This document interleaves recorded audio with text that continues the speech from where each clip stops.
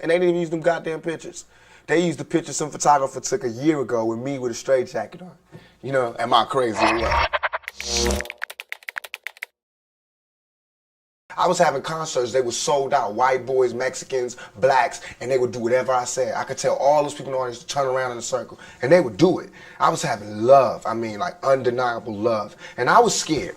I was scared that I would come to a town and I have the leader of the gang there telling me, what do you need?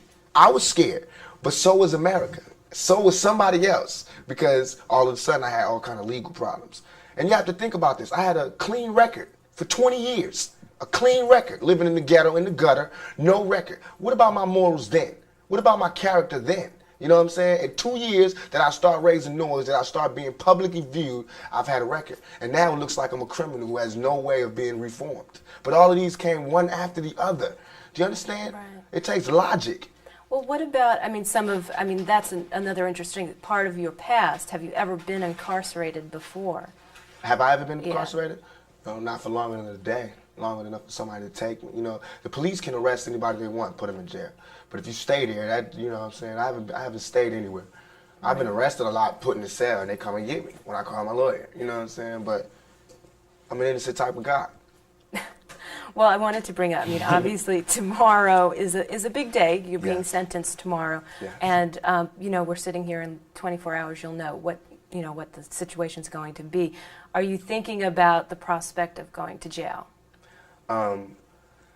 First, I was like, I'm not going to jail. I was like, if they try to come get me for something I didn't do, I'm going to open fire. You know what I'm saying? But I can't do that because it's not just me anymore. You know what I'm saying? That's what they expect. If I have to, if God sees it fit for me to spend time in a cell, if he wants my brain to be inside of a cage, if he's brought me so far from hell to put me here, and now he wants me to go to jail, I'll go. You know what I'm saying? If that's where I'm meant to be. But I don't think so. I don't think so. You know what I'm saying? I don't really believe in my heart that I belong in jail. I don't believe I did anything to warrant me going to jail. Okay. What do you think, if you do go to jail, is to be expected because you are a known personality? I'm going to ask to be put in solitary confinement, and I'm going to do push-ups and read books and come out weed-free, smoke-free, and with a degree or some shit. You know what I'm saying? I won't let it stop me, you know what I'm saying? But I'm not going to jail to just parlay. If I went to jail, best believe it's not like I'm going to have a problem in jail. I got love there, you know what I'm saying? I got love from thugs and the street dudes. And I can go to jail and probably organize a riot, you know what I'm saying? But that's not what I want to do. If I have to go to jail, I don't even want to be living. I want to just cease to exist for however long they have me there. And then when I come out, I'll be reborn, you know what I'm saying? I'll be taking less problems. And my mind will be sharper and the venom will be more potent, you know what I'm saying? So they shouldn't send me there. They should really try to, you know, it's like you don't throw more gasoline on the fire to put it out. Mm-hmm. What about, this is one step and there's some other, cases that are going to be coming up. What has changed for you? And you mentioned the last 2 years is when everything started to happen one after the other. What changed for you in these 2 years? How is your life now different than it was before? Like I said, it was no spot for Tupac. It's not like there was somebody like me before and I moved into the spot so I can ask him how he did it. You know what I'm saying? There was no spot here. Nobody wanted to be, the person that thugs and the street people could rally around. Nobody wanted to be that.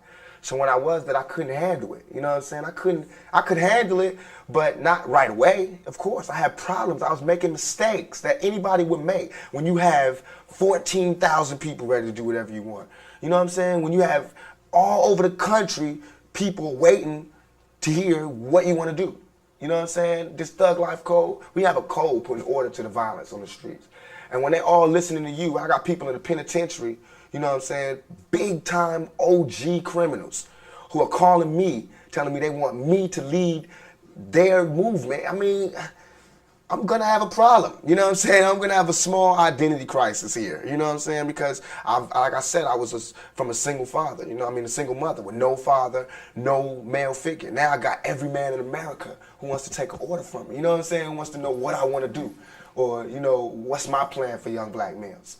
And that makes me scared, but that makes me wanna rise to the occasion, you know what I'm saying? What makes me wanna give my whole life to him, and I will give my whole life to this plan that I have for Thug Life. Now, when you said a code, I don't know exactly what do you mean by a code. I organized the OGs in the East Coast and the West Coast and the penitentiaries to come up with a set of codes of ethics for criminals. You know, like we're going to be against drive-bys, kidnappings, attacks on people that are not involved with the street gang, with the drug trade or the illegal business at all. You know, all that kidnapping and shooting drive-bys out the car, we against that. And people who perpetrate that, they have to deal with the consequences when they go to jail, because that's who's going to enforce this code and the thug life that's on the street. It's like we cleaning up the dirt. I can't change what the dirt that's here, but I can put all this dirt in one corner. You know what I'm saying? Somehow have some order here. And for that, they need to give me a little leg room. You know what I'm saying? Let me do what I want to do, because nobody else is going to do it. Nobody else wants to do it. But I'm not scared to walk in the middle of Watts, Compton, Chicago, wherever, and sit down with whoever's the OG and say this is what we need to do.